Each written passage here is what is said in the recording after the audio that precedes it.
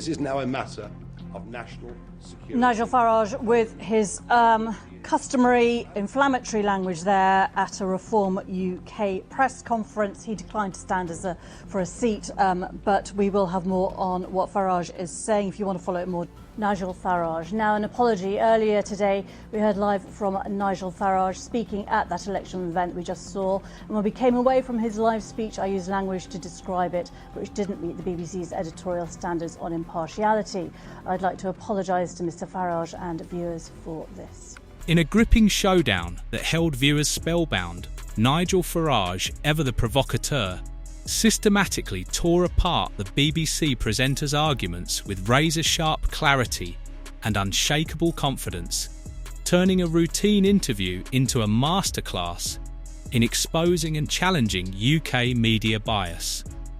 The presenter, armed only with tired phrases and predictable questions, was quickly trapped, unable to counter Farage's bold, incisive comebacks, as Farage navigated every fact with precision and left no escape. While astonishingly, over 98% of our audience watches without following, so be sure to. Like the video and subscribe to Dark Britain.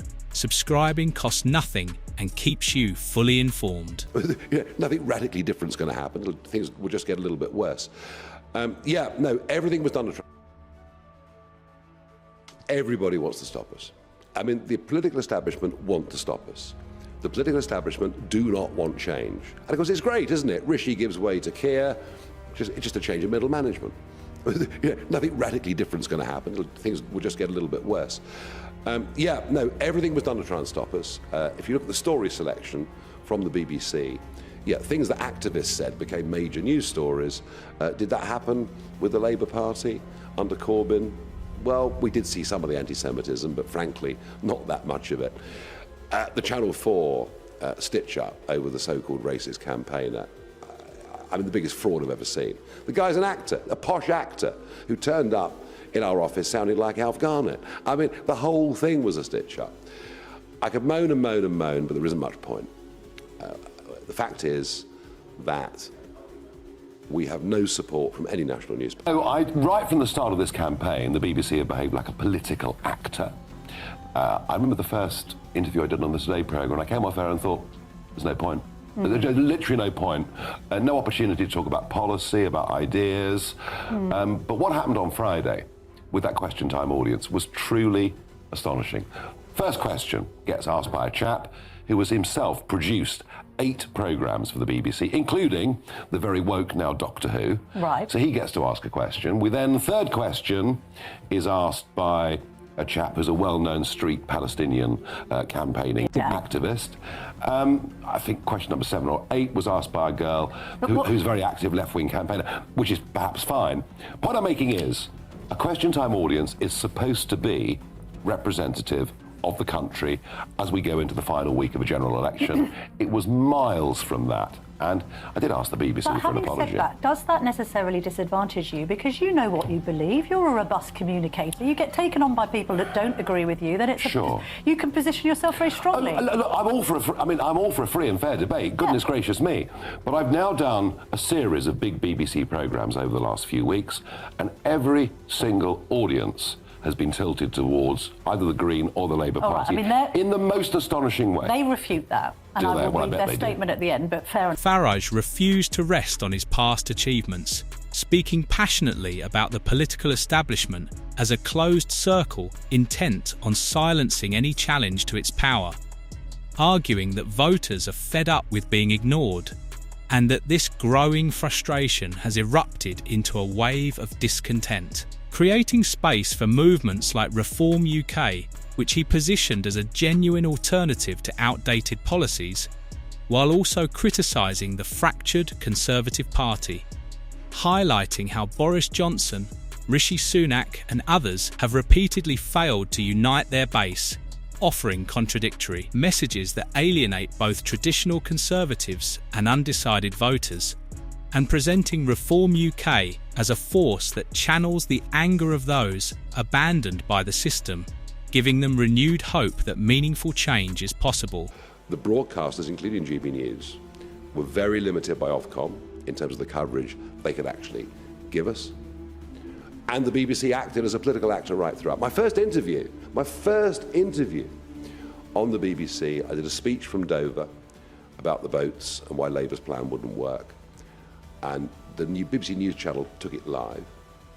Midway through, they cut off, and the presenter said, well, there's Nigel Farage again using his customary inflammatory language. Just extraordinary. Now, I actually got an on-air apology, but that's not the point. It was clear from the start that the BBC had a political objective. This ran right through the Russia stuff.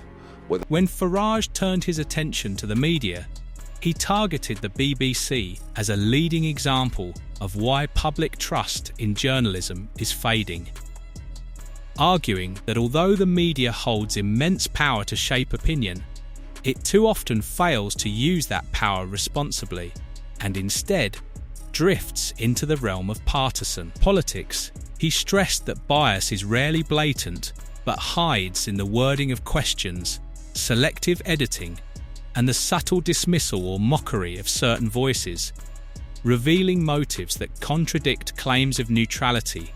And he lamented that Reform UK is routinely portrayed as fringe or insignificant despite rising support, explaining how such framing sways undecided voters who depend on mainstream coverage, warning that when major outlets marginalise or downplay the party, it becomes harder to build credibility and momentum, and that these portrayals can become self-fulfilling prophecies. If voters are convinced a party cannot win, they hesitate to back it, reinforcing a damaging cycle that is tough to escape. It becomes, I'm a Putin supporter. I mean, some of this stuff's always going to happen. It's politics. People get very tribal. But the extent of the bashing was extraordinary. Do you know what? We're through it. I'm already planning the county council elections next year. I've been in an office here earlier on today, sorting that out as a campaign room. We are very conscious now of the potential we have with Labour voters. I mean, Tony Blair even writes in the Sunday Times that reform could now be a threat to a Labour vote. The whole establishment knows that we're here, and it also knows we're not going away. And can the Conservative Party claw those votes back from us?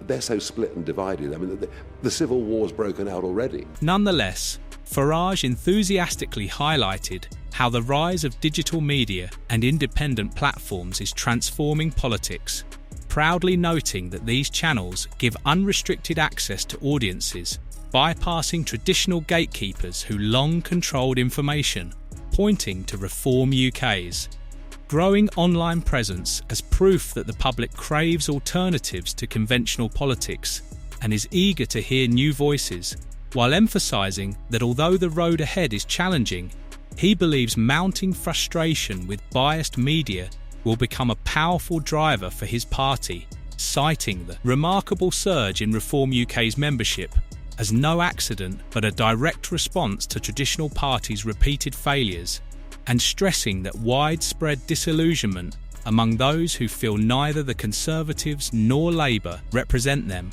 only strengthens demand for change and creates opportunities for Reform UK to step in as a genuine alternative. Right from the start of this campaign, the BBC have behaved like a political actor. I remember the first interview I did on the Today programme, and I came off there and thought, there's no point. There's literally no point. No opportunity to talk about policy, about ideas. But what happened on Friday with that question time audience was truly astonishing. First question gets asked by a chap who has himself produced 8 programmes for the BBC, including the very woke now Doctor Who. Right. So he gets to ask a question. The third question is asked by a chap who's a well-known street Palestinian campaigner. Nevertheless, Farage remained optimistic, passionately asserting that alternative media and grassroots movements are steadily challenging traditional outlets by amplifying the voices of those ignored or misrepresented, signalling what he sees as the start of a new era in which the media's control over public opinion weakens and people can access the truth for themselves.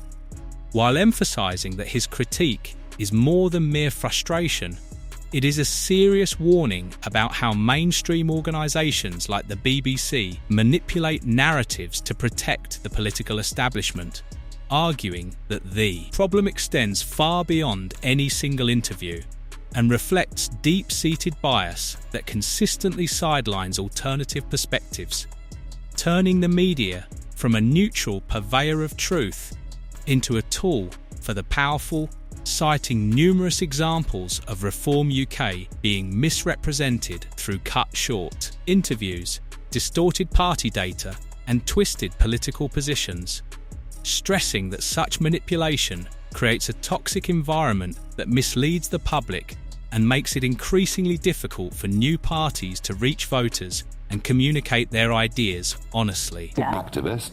I think question number 7 or 8 was asked by a girl who's a very active left-wing campaigner, which is perhaps fine.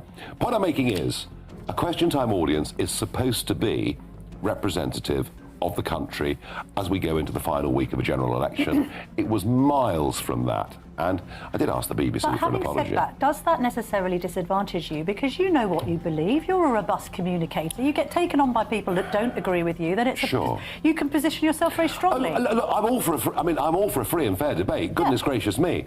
But I've now done a series of big BBC programmes over the last few weeks, and every single audience has been tilted towards either the Green or the Labour Party in the most astonishing way. They refute that, and I will read their statement at the end. But during the interview, it quickly became clear that Farage was not there to follow the BBC's agenda.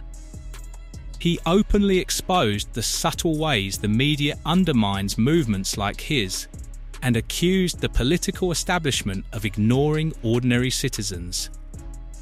Farage stressed that the greatest barrier to real progress in Britain is the entrenched fear of change gripping most politicians. For decades, he argued, career politicians have switched parties to cling to power, creating a stagnant system, while outlets like the BBC quietly reinforce this by ridiculing or silencing alternative voices. He acknowledged that Reform UK faces these challenges too, yet proudly pointed to the party's growing membership as proof that more people are waking up to the failures of the political elite and demanding genuine, meaningful change.